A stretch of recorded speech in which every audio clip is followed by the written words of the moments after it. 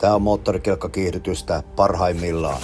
2 tahti vakiokelkkoja, viritettyjä kelkkoja, jopa 700 hevosvoimaa. Nopeus yli 200 kilometriä tunnissa, 154 metriin mennään noin 4 sekuntiin nopeimmillaan. Varikolla on kisailu myös kovaa. Siellä vaihdetaan osia aina tauolla, mitä keritään. Jokainen ottaa toisistaan apua ja auttaa toisiaan. Tämä laji on kuin suuri perhejuhla. Kannattaa kaikkien tulla katsomaan. Tätä ei voi jättää väliin. Kerran kun on käynyt, niin kärpänen iskee. Ja siitä syntyy uusia drag race miehiä ja naisia. Ei muuta kuin hanaa. Tervetuloa katsomaan kisoja Snow Drag ry:n puitteissa.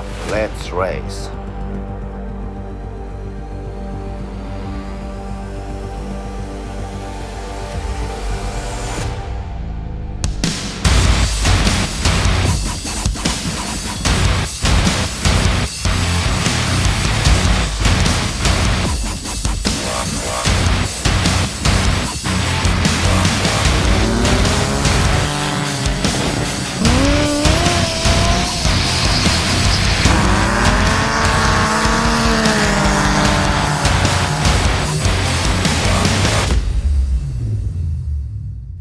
Vain nopein voi voittaa.